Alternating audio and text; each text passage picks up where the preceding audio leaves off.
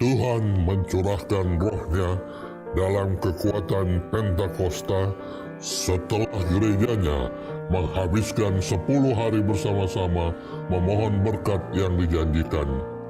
Tuhan siap untuk melakukannya kembali hari ini. Di seluruh dunia, Gereja Advent mengalami pembaruan Roh Kudus dengan mengikuti contoh para murid dan berpartisipasi dalam 10 hari berdoa. Apakah Anda mau memimpin jemaat Anda untuk bergabung bersama dengan kami di acara 10 hari berdoa 2015? Jadwalnya telah ditetapkan di tanggal 7 sampai tanggal 17 Januari 2015. Kita bersukacita akan memulai acara 10 Days Prayer pada hari yang kedua ini. Kita akan menyanyikan satu lagu sebelum kita membuka acara ini dari lagu Sion edisi lengkap halaman 415, Kuharap Padamu. 415.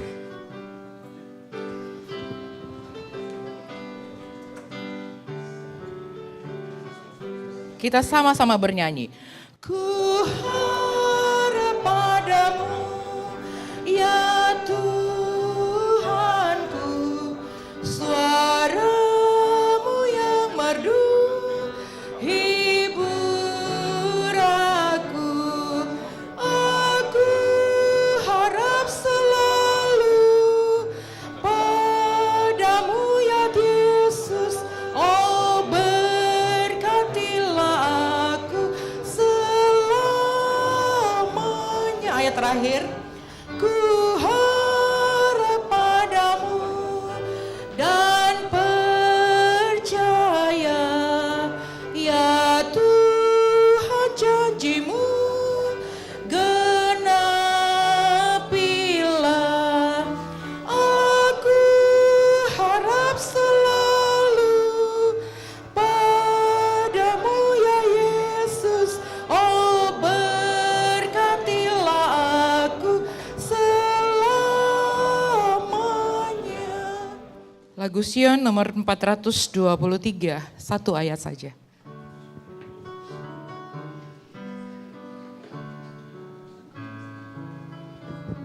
Kita sama-sama bernyanyi.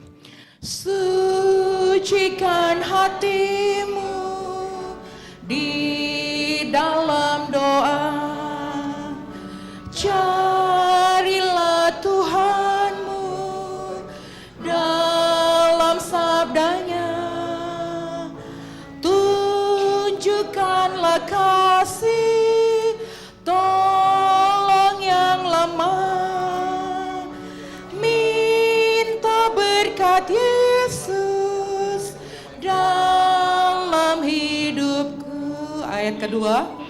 Sucikan hatimu selagi di dunia, gunakan waktumu bersama Tuhan, pandanglah padanya, tiru kasihnya, buangkan segala dosa, cari rahmatnya. Ayat keempat.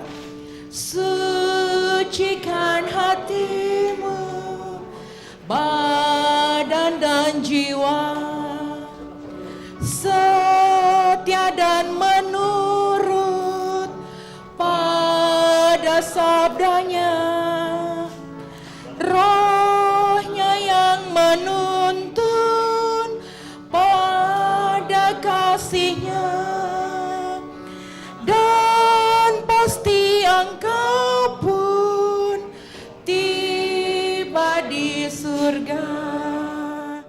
Shalom, selamat pagi pemirsa dimanapun saudara berada. Pada pagi ini atas otoritas dan rahmat sorga, kita telah diperkenankan kembali berkumpul di tempat ini untuk beribadah dalam rangkaian ibadah 10 hari berdoa. Sekarang kita tiba pada hari kedua dan acara akan berlangsung sebagaimana yang tertera dalam susunan acara. Dan pada saat ini kita akan mengikuti doa 4P yang akan dipimpin oleh Pendeta M. Palar. Saudara-saudara sekalian, pada saat ini saat yang indah bagi kita untuk berdoa. Kita akan berbincang-bincang dengan Tuhan per kelompok-kelompok dan mempererat hubungan kita dengan Tuhan. Dan pada saat yang sama kita akan membawa kepada Tuhan permohonan-permohonan. Dan pada minggu ini, khususnya juga pada hari ini, doa kita terfokus kepada buah-buah roh. Kita tentu ingat buah-buah roh, dan hari ini fokus doa kita adalah tentang kasih. Untuk itu bila mana kita berdoa jangan lupa supaya kita memiliki pertumbuhan kasih, dan dimanapun ada umat Tuhan, doa yang terfokus kepada kasih ini akan dapat dijalankan dan kita akan dapat benar-benar hidup dalam kasih. Kita berdiri, kita boleh membentuk kelompok 4 orang mungkin paling banyak. Saudara, doa kesatuan adalah juga conversational prayer. Artinya kita ngobrol dengan Tuhan. Kita berbincang, Tuhan ada di tengah-tengah kita dan kita berbincang, bukan hanya doa berlingkar tetapi doa corporate, doa yang terfokus kepada Tuhan. Kita akan mulai dengan puji-pujian, kemudian pengakuan, kemudian nanti permohonan, dan yang terakhir pernyataan terima kasih.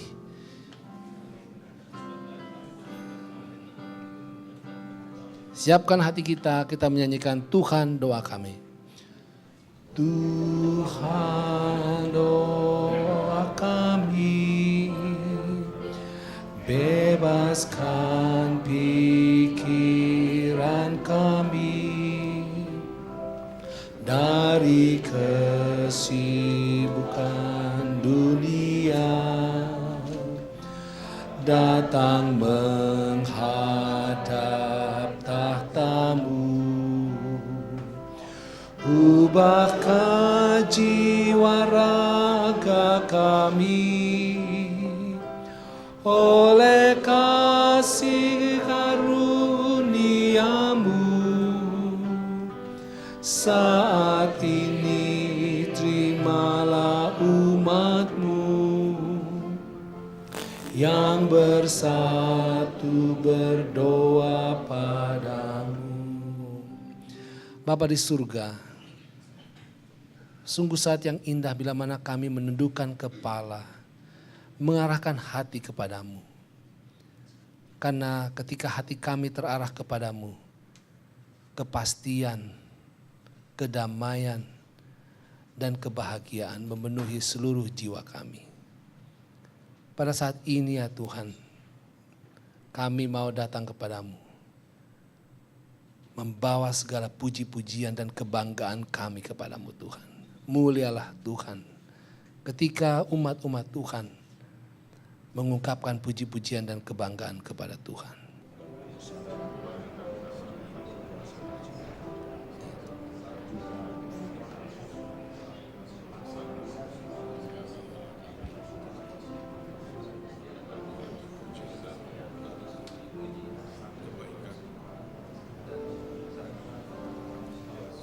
Kepedulianmu kepada kami.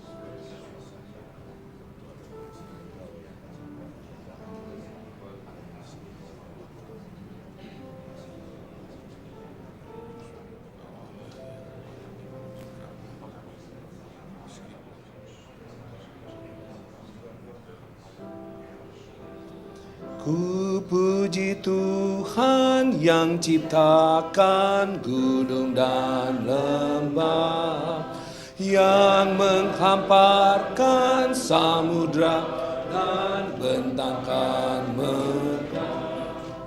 Matahari bercahaya menurut perintahnya, bintang bulan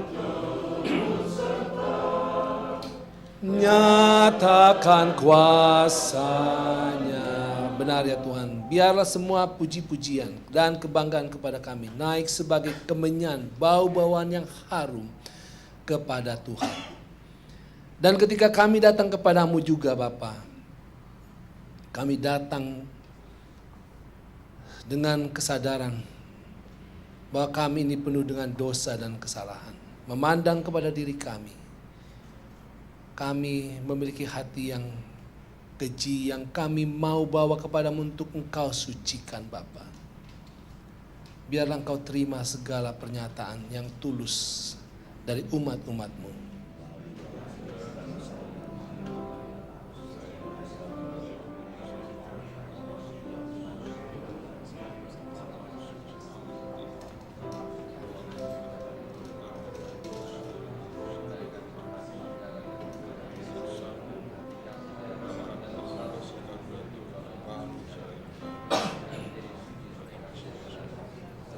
Suaramu ku dengar memanggil padaku agar hatiku yang cemar dibasuh darah-Mu. Sekarang ku datang padamu,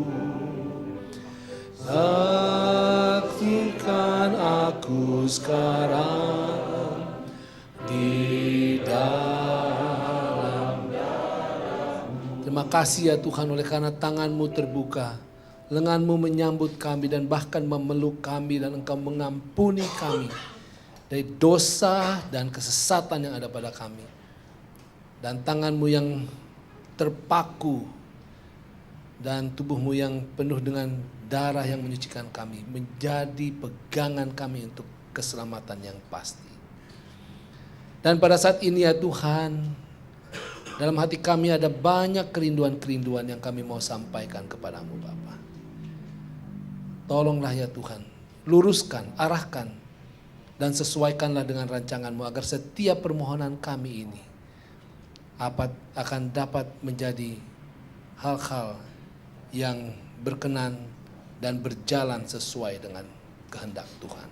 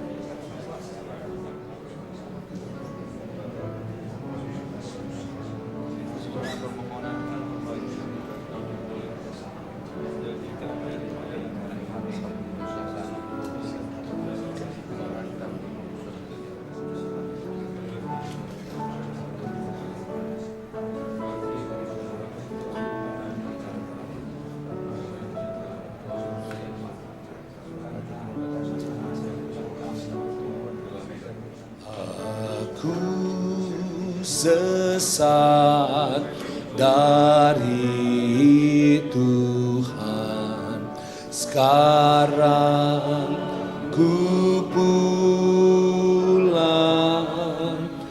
Lama ku buat kejahatan, sekarang ku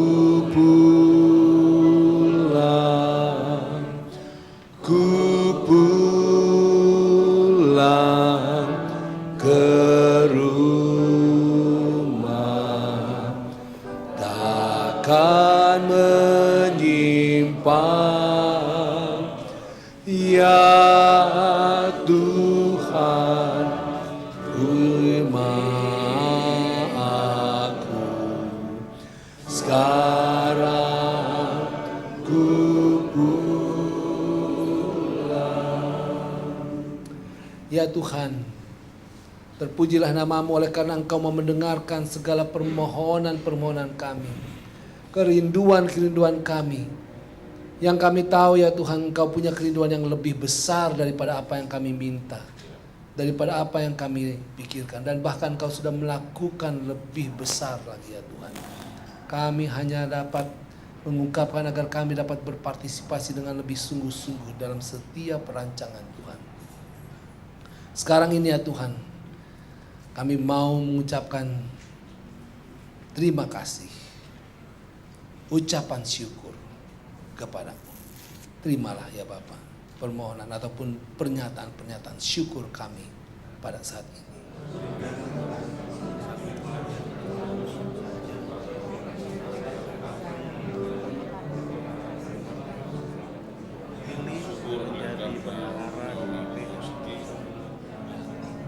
Syukur ya Bapa karena Engkau selalu mendampingi kami dengan inspirasi atas apa yang harus kami lakukan. Bapa, terima kasih. Bapa, terima kasih. Bapa di dalam surga, ku berterima kasih.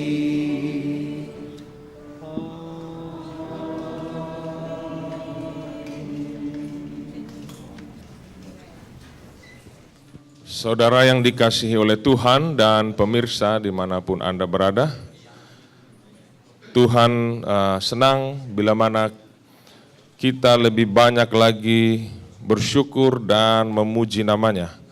Untuk itu kita akan menyanyikan sebuah lagu dari lagu Sion nomor 323. Kita sama-sama berdiri, tolonglah yang sesat.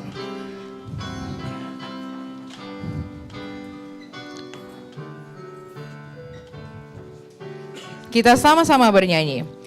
Tolonglah yang sesat dan hampir mati, lepaskanlah dari dosa cepat, bujuk yang berdosa, angkat yang letih, bawalah kepada Juru Selamat.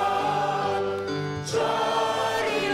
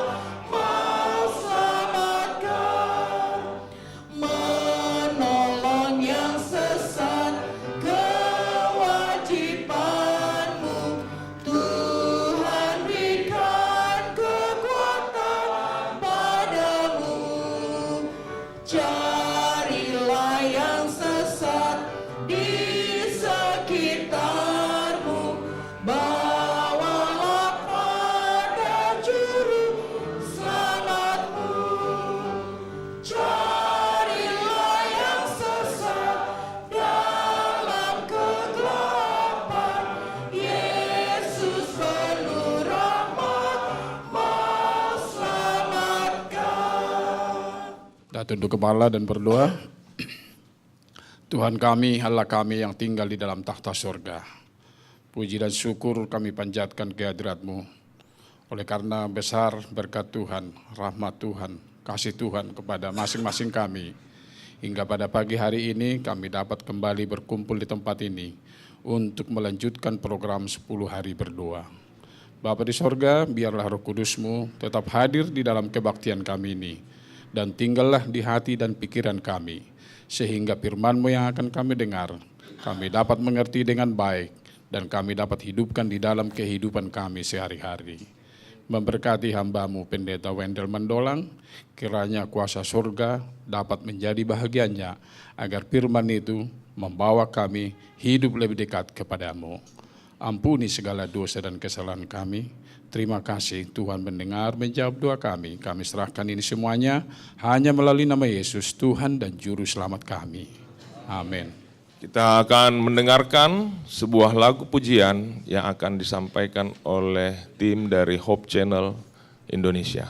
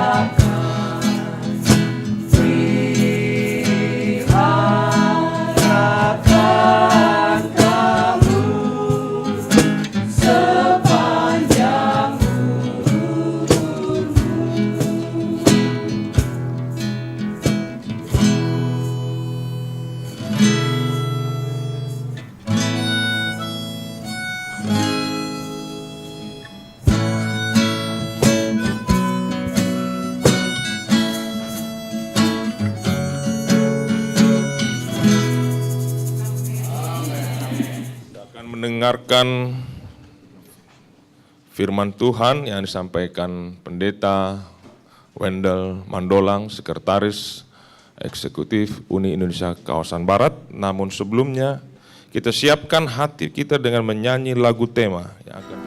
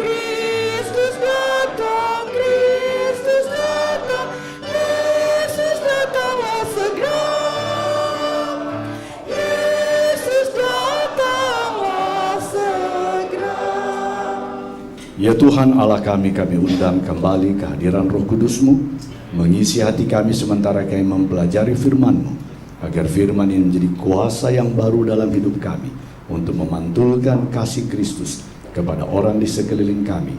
Di dalam nama Yesus kami berdoa. Amin. Shalom dan selamat pagi saudara-saudara sekalian. Begitu juga para pemirsa dimanapun saudara berada. Hari ini kita sangat berbahagia oleh karena kita tiba pada hari yang kedua dari seri 10 hari untuk berdoa. Kita sudah mulai kemarin dengan renungan yang dibawakan oleh Ketua Uni kita Pendeta Parangin Angin dengan judul Tinggal di dalam Kristus. Dan hari ini kita akan lanjutkan dengan judul yang kedua. Kalau kita mengacu kepada program kita 10 hari berdoa, maka yang utama dalam waktu-waktu yang kita gunakan ini adalah untuk berdoa dengan sesama kita di dalam hubungan kita dengan Allah. Dan kita gunakan waktu ini lebih banyak dari hal-hal yang lain. Tentu saja bukan hanya ketika kita kumpul bersama-sama di kantor ini atau juga di keluarga kita. Tetapi dalam 10 hari ini diharapkan kita mengubah beberapa aktivitas kita atau merubah beberapa aktivitas kita dan menggantikannya dengan berhenti sejenak dan berdoa. Dan inilah yang diharapkan kita lakukan pada sepanjang 10 hari ini. Sehingga sesudah 10 hari kita akan mendapatkan kuasa Roh Kudus yang baru, yang membarui kita, yang melengkapi kita. Kemudian kita dapat lebih dipersiapkan bagi kedatangan Tuhan yang kedua kali. Judul atau tema kita pada hari ini adalah hari yang kedua, yaitu kasih. Dan pada sepanjang 9 hari ke depan, kita akan pelajari tema-tema ini yang didasarkan dalam Galatia pasal 5 ayat ke-22 dan ayat yang ke-23. Dikatakan, tetapi buah roh ialah kasih, sukacita, damai sejahtera, kesabaran, kemurahan, kebaikan, kesetiaan, kelemah lembutan, penguasaan diri. Tidak ada hukum yang menentang hal-hal itu.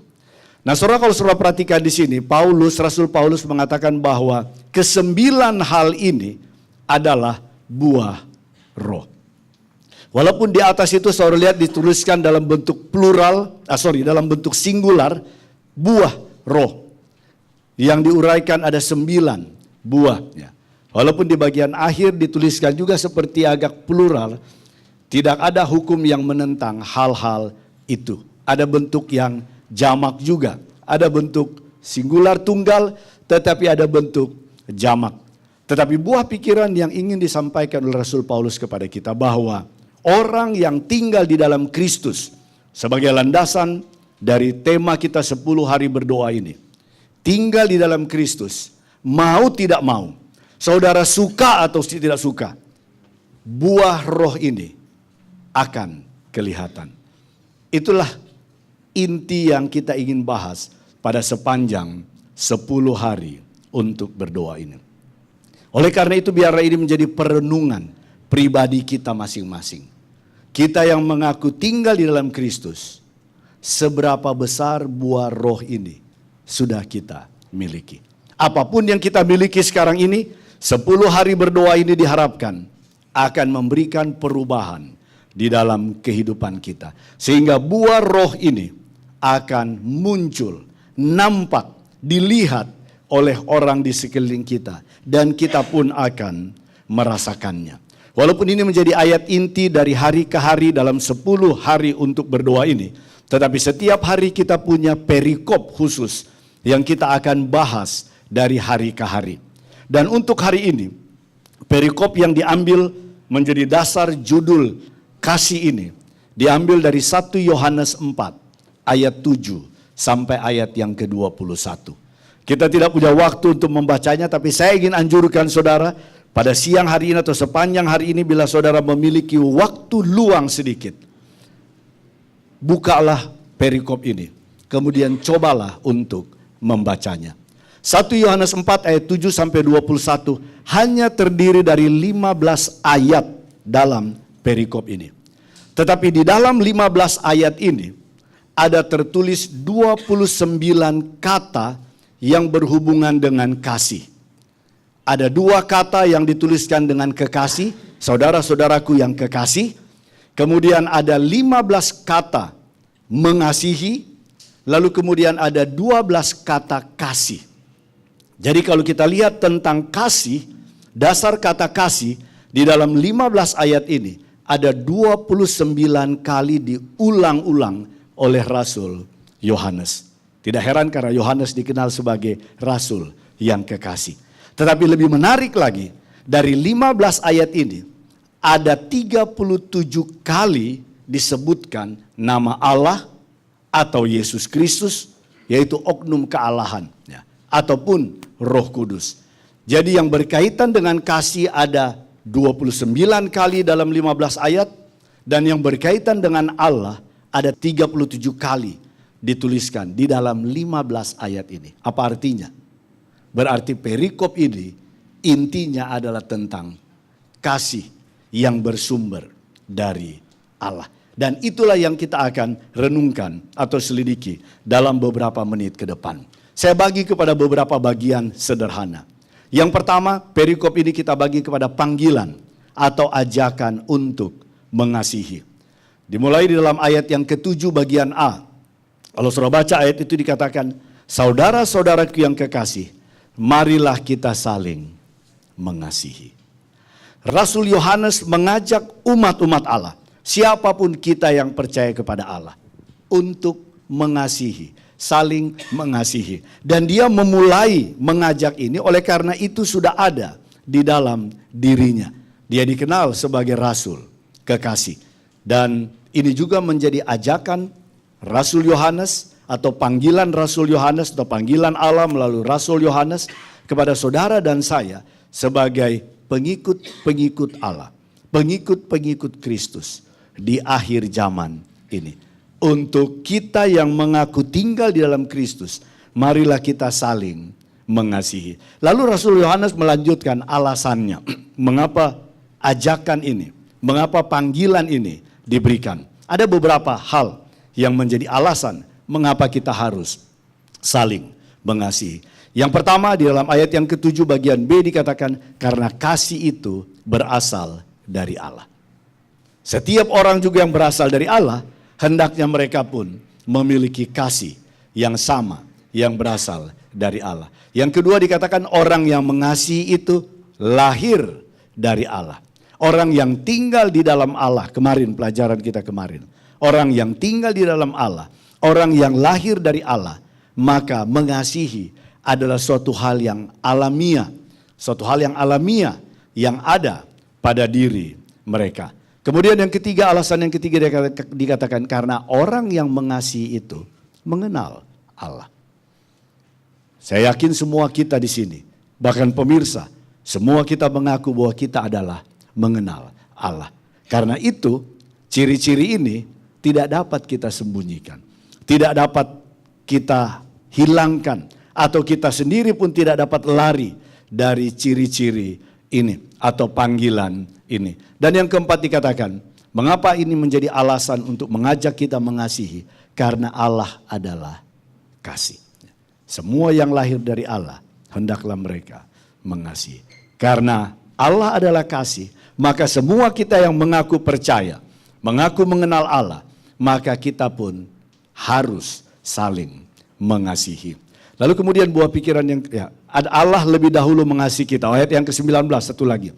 Allah lebih dahulu mengasihi kita. Bukan kita yang mengasihi Allah lebih dahulu, tetapi Allah yang telah lebih dahulu mengasihi kita. Karena itu, kita yang sudah menerimanya, kita pun diajak, dipanggil untuk mengasihi yang lain. Allah adalah kasih, tadi dikatakan. Ada beberapa buah pikiran di sini di dalam perikop itu. Allah mengutus anaknya yang tunggal. Allah mengutus anak yang tunggal sebagai wujud bahwa Allah itu kasih. Wujud Allah itu kasih, dia mengutus anaknya untuk menjadi jalan kelepasan bagi dosa-dosa manusia, untuk menyelesaikan masalah dosa yang ada. Apalagi cara Allah untuk mewujudkan bahwa Allah adalah kasih. Katakan Allah yang telah mengasihi kita.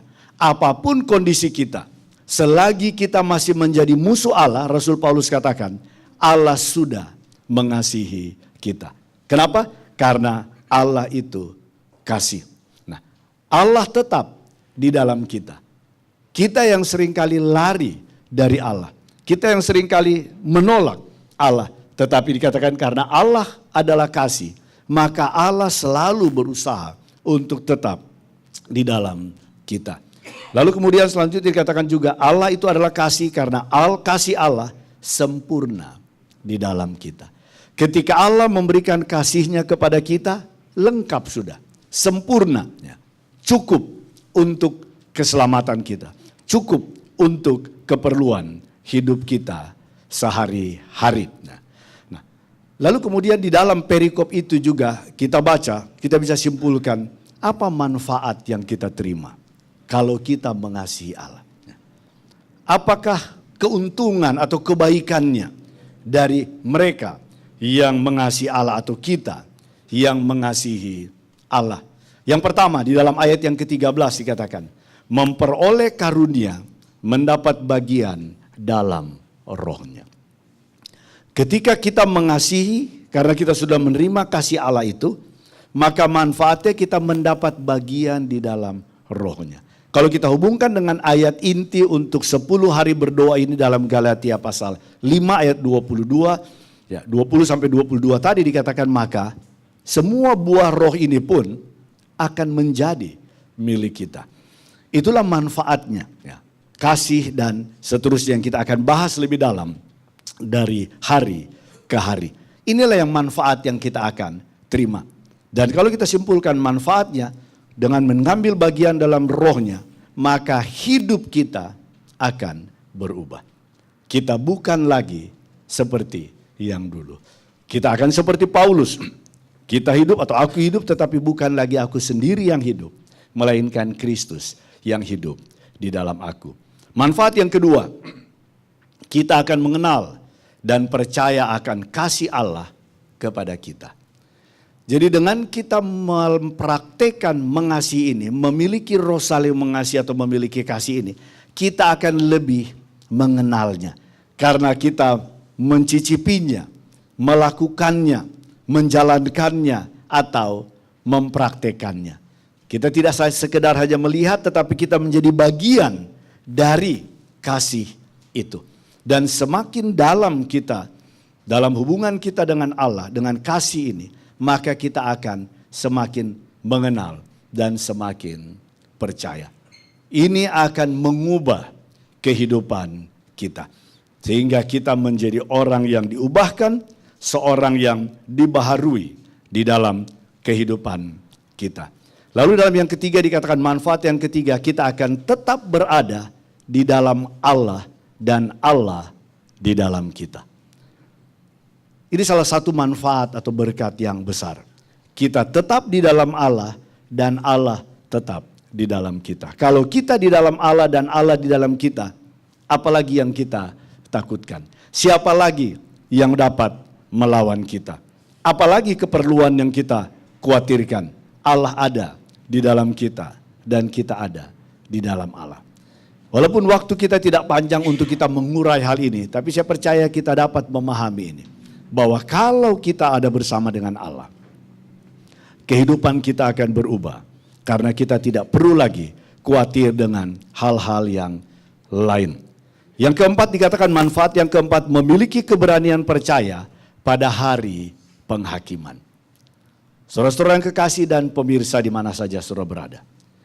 Cepat atau lambat, waktunya akan tiba bahwa setiap manusia yang hidup di atas dunia ini harus menghadap penghakiman Allah.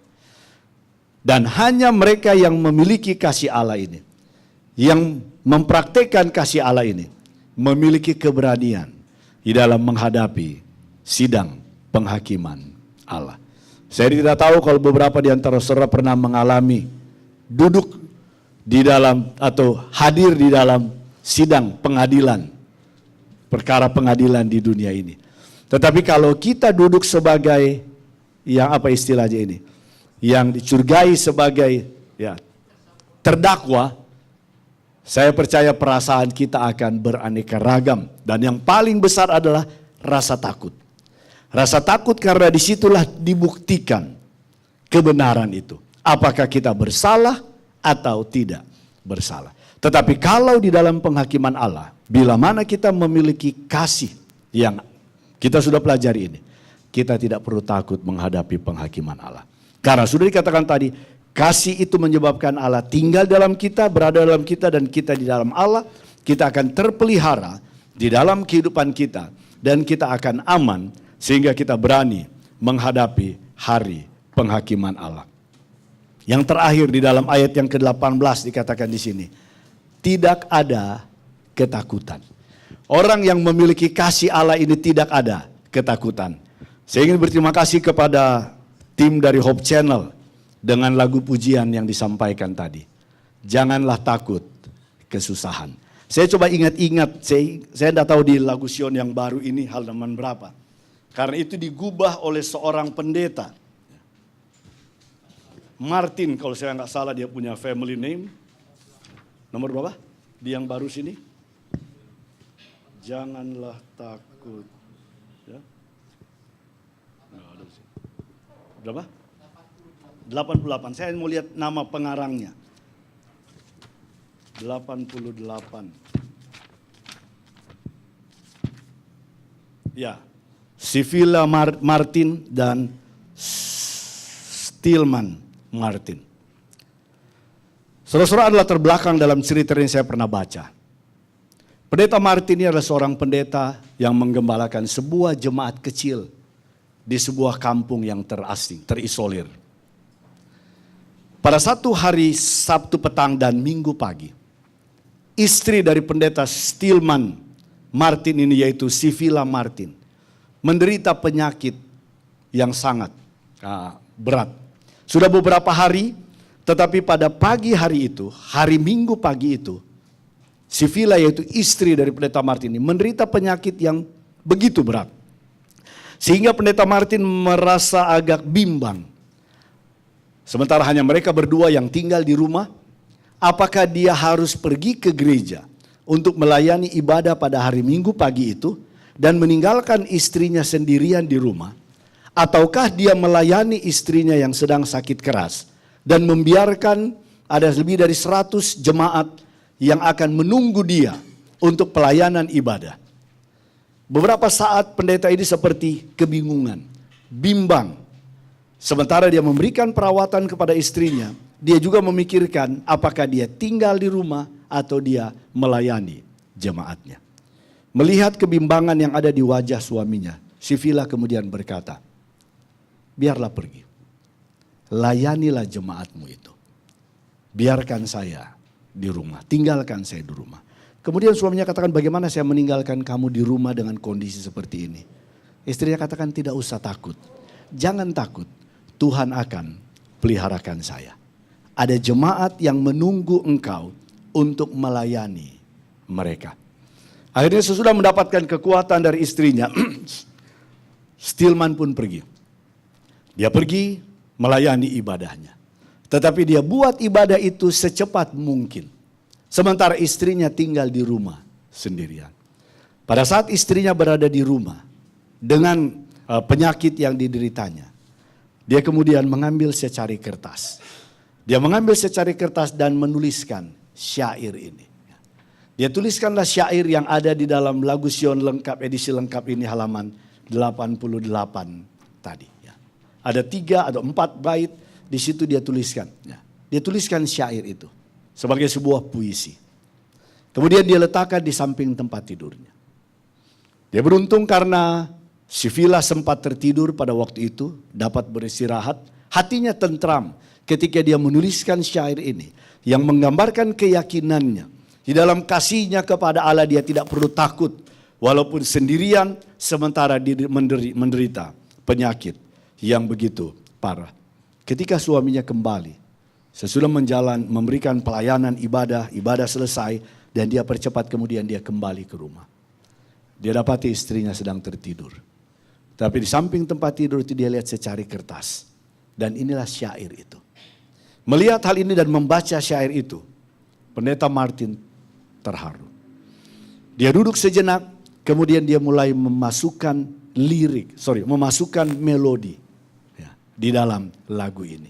Jadi dia mengubah lagu ini yang kemudian kita miliki di dalam lagu Sion lengkap ini. Dalam bahasa Inggrisnya judulnya God Will Take Care of You. Keluarga pendeta ini memiliki kasih kepada Allah, keyakinan penuh kepada Allah, sehingga mereka tidak takut menjalani kehidupan ini, walaupun sedang berada dalam hal yang demikian. Saudara yang kekasih, ada banyak ungkapan kita di dalam kasih ini, tetapi salah satunya di dalam lagu ini, orang yang memiliki kasih ini tidak memiliki ketakutan. Tidak memiliki ketakutan untuk kehidupan yang sekarang, terlebih lagi kehidupan pada masa yang akan datang. Saudara lihat, inilah berkat besar yang kita miliki di dalam pelajaran yang kita terima pada 10 hari untuk berdoa ini. Dari firman Tuhan di dalam Galatia pasal yang kelima. Kalau begitu apakah kesimpulan yang kita dapat ambil tentang mengasihi? Di dalam ayat yang ke-20 dan 21. Dikatakan, mengaku mengasihi Allah tetapi membenci saudaranya adalah pendusta. Ini kesimpulan yang negatif, ekstrim kirinya. Karena itu, biarlah kita melakukannya dengan sesungguh-sungguhnya. Karena bagaimana kita mengasihi Allah, kita harus tunjukkan di dalam mengasihi sesama. Itu dalam ayat lengkapnya, dalam ayat yang ke-20. Barang siapa tidak mengasihi saudaranya yang dilihatnya, tidak mungkin mengasihi Allah yang tidak dilihatnya. Jadi kasih kita kepada Allah ini harus nampak di dalam kasih kita kepada sesama saudara kita. Sesama saudara kita ini siapapun yang ada di sekeliling kita. Karena walaupun saat ini ada, saya tidak tahu ada berapa ribu, kalau bangsa ada kurang lebih 200, ada berapa ribu etnik ya, di dunia ini kita tidak tahu. Tapi kalau kita urut ke atas, semua ini adalah saudara-saudara. Karena semua berasal dari satu keluarga, dari Adam dan Hawa. Jadi kalau kita katakan, kita harus mengasihi sesama saudaramu, siapa saja yang ada di sekeliling kita. Lalu yang kedua dalam ayat yang ke-21. Dan perintah ini kita terima dari Dia. Barang siapa mengasihi Allah, ia harus juga mengasihi saudaranya. Karena ini perintah. Ya. Bahwa kasih kepada Allah dan kasih kepada saudara ini harus berjalan beriringan. Dan kalau ini adalah perintah, apakah sambutan kita? Perintah tidak dapat ditolak. Perintah tidak dapat ditunda. Kalau ini adalah perintah, maka satu-satunya jawaban yang kita dapat terima, kita dapat berikan adalah apa? Siap dan laksanakan. Saya ingat ketika kami pernah melaksanakan satu seminar penata layanan di Ambon, ada cerita yang saya dengar dari Pak Tani. Bapak Tani ini adalah anggota gereja kita. Di sana dia memiliki usaha menjual kue-kue tradisional Ambon. Dan tokonya terkenal petak 10. Ada banyak orang membeli dari beliau, dari tokonya, khususnya para pejabat. Pada satu ketika, tapi toko yang dimilikinya ini selalu tutup mulai jam 5 sore hari Jumat, petang, dia sudah tutup dan buka kembali hari Sabtu malam atau malam Minggu jam 7. Semua sudah tahu. Lalu pada satu malam, hari Jumat malam sekitar pukul 11:30, jam 11:30 malam. Karena ruko atau tokonya di bawah, mereka tinggal di atas, pintu pagarnya digedor, digoyang dan diketok. Dia mengintip, dia lihat ada 3 prajurit TNI yang berdiri di depan gerbang mereka. Akhirnya dia turun, mereka hormat, kemudian mereka katakan, Pak, mereka sodorkan, saya cari kertas, kami ada perintah dari Panglima untuk memesan kue-kue ini, daftar ini. Karena ada besok pagi, ada tamu dari Panglima yang akan kembali ke Jakarta. Dia kenal Panglima karena kota kecil, dia katakan tolong sampaikan kepada Panglima, saya pikir Panglima sudah tahu, bahwa saya tidak melakukan jual beli barang. toko saya pada hari Sabtu. Ya. Jadi carilah di toko yang lain. Ya. Prajurit dikatakan tidak. Kami sudah dapat perintah ke toko Bapak dan inilah yang kami harus lakukan. Dia bilang tidak, saya tidak bisa layani. Pak tadi katakan saya tidak bisa layani. Pulanglah dan beritahukan kepada Panglima untuk pergi ke toko yang lain. Mereka berkeras juga, tidak, kami tidak akan pergi, kami tidak akan kembali. Akhirnya dia katakan ya kalau bapak-bapak tidak mau pulang tidak apa, tapi saya tidak bisa layani. Ya. Dia masuk, kemudian dia naik ke kamarnya. Sekitar 1 jam sesudah itu, dia coba tidur, dia pun tidak bisa tidur. Sesudah kurang lebih 1 jam dia intip dari jendela, dia lihat ketiga prajurit ini masih menunggu di situ. Tidak pergi. Dia coba lagi tidur, sekitar setengah satu, kurang lebih setengah 2. Dia lihat masih di situ mereka. Mereka masih di situ. Akhirnya dia turun. Dia merasa kasihan kepada ketiga prajurit ini, dia turun. Kemudian dia tanya, kenapa bapak-bapak tidak pergi ke tempat yang lain? Karena saya tidak akan berikan kue yang diminta. Saya tidak akan jual kue saya. Akhirnya salah satu dari mereka katakan begini, Pak, kami mohon maaf. Ketika Panglima memberikan perintah kepada kami untuk datang ke toko Bapak, membeli kue yang ada dalam daftar ini, kami sudah menjawab siap dan kami akan pergi. Kami sudah jawab siap, Komandan. Karena itu kami tidak akan pulang tanpa membawa apa yang dipesan oleh Panglima. Kami akan tunggu di sini sampai kami mendapatkannya. Karena ini sudah perintah dan kami sudah jawab siap. Akhirnya Pak Tadi ini terjamah hatinya dengan kesetiaan para prajurit ini. Dia katakan kalau begitu mana daftarnya? Dia ambil, mereka berikan daftarnya, dia masuk ke tokonya lalu dia sediakan apa yang tertulis dalam daftar itu, kemudian dia keluar, dia sampaikan. Mereka berikan uangnya, dia tidak terima uangnya. Dia katakan, sampaikan ini kepada Panglima, beritahukan bahwa ini saya tidak jual. Tetapi saya berikan ini kepada Panglima oleh karena kesetiaan bapak-bapak di dalam menjalankan perintah yang Panglima berikan kepada Bapak. Jadi ini karena kesetiaan bapak-bapak. Tapi katakan kepada Panglima, ini yang pertama dan yang terakhir. Saya tidak akan layani pada hari Sabtu. Saudara-saudara, ilustrasi ini ketika saya baca ini saya ingat. Kalau ini adalah perintah untuk kita saling mengasihi, sesudah kita mengasihi Allah, maka kita tidak punya jawaban lain. Kecuali siap laksanakan apapun risikonya, apapun konsekuensinya. Sebagai penutup, sebuah tulisan dalam majalah Science of the Times, dituliskan tanggal 28 Desember 1891. Salah seorang penulis, Nyonya Ellen White, dikatakan, dimanapun jiwa disatukan dengan Kristus, disitulah ada kasih. Kemarin kita sudah pelajari bahwa kita tinggal di dalam Kristus, itu menjadi dasar. Sesudah kita tinggal dalam Kristus, kita disatukan dengan Kristus, maka mau tidak mau, saudara rela atau tidak, kasih ini akan ada. Tinggal ada pada saudara. Apakah saudara mau nyatakan kasih itu atau saudara akan simpan sendiri saja. Tetapi tentu renungan kita dan 10 hari berdoa ini untuk menolong kita mengimplementasikan, menunjukkan kepada orang lain bahwa kita tinggal di dalam Kristus dan kita memiliki kasih itu kepada Allah dan juga kepada sesama manusia. Ada ayat yang terbesar, salah satu ayat besar dalam Alkitab sebagai penutup, dalam 1 Korintus 13 ayat yang ke-13. Demikianlah tinggal ketiga hal ini, yaitu iman, pengharapan, dan kasih. Dan yang paling besar di antaranya ialah kasih. Kiranya Tuhan menolong dan memberkati kita.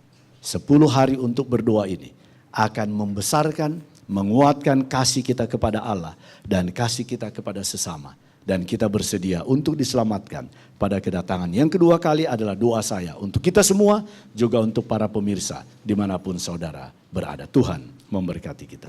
Kita patut bersyukur, berterima kasih atas firman Tuhan yang telah disampaikan, yang telah menguatkan kita bahwa kasih Tuhan sungguh ajaib dan kita dapat merasakan kasih Tuhan dalam kehidupan kita masing-masing.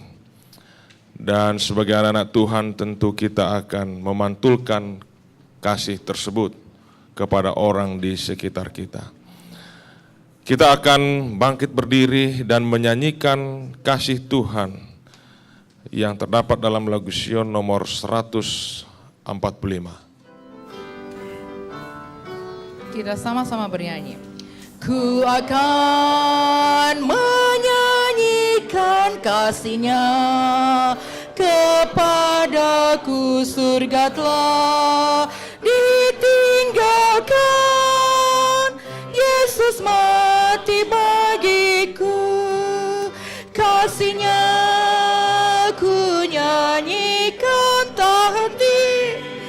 Pujianku yang mati, ganti aku ku nyanyikan kasih-Nya. Kasih-Nya sungguh hebat, dalamnya tak terduga dosaku. Hitam pekat, putih bersih olehnya. Kasih-Nya ku nyanyikan tak henti. Pujianku yang mati, ganti aku ku nyanyikan kasih-Nya.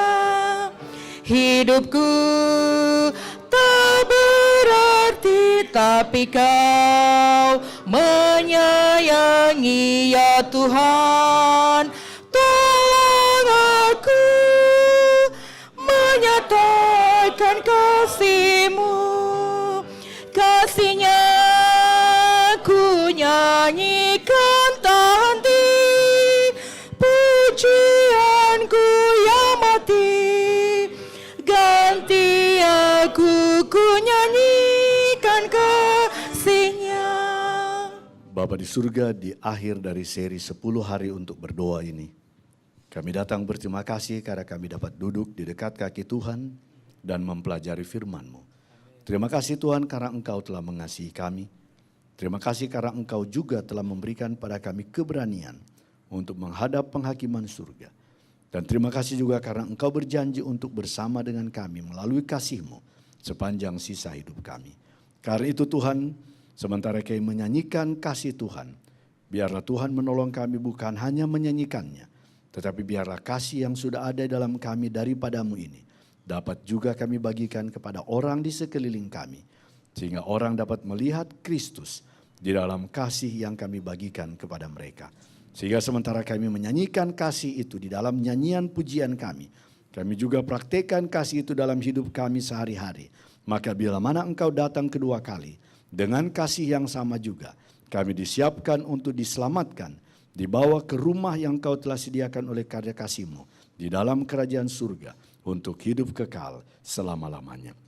Sementara kami menantikan hari kedatangan yang sudah semakin dekat, biarlah kasih Tuhan tetap menyertai kami dan kasih-Mu ini juga dapat dirasakan oleh orang yang ada di sekeliling kami, saudara-saudara kami, kekasih-kekasih kami.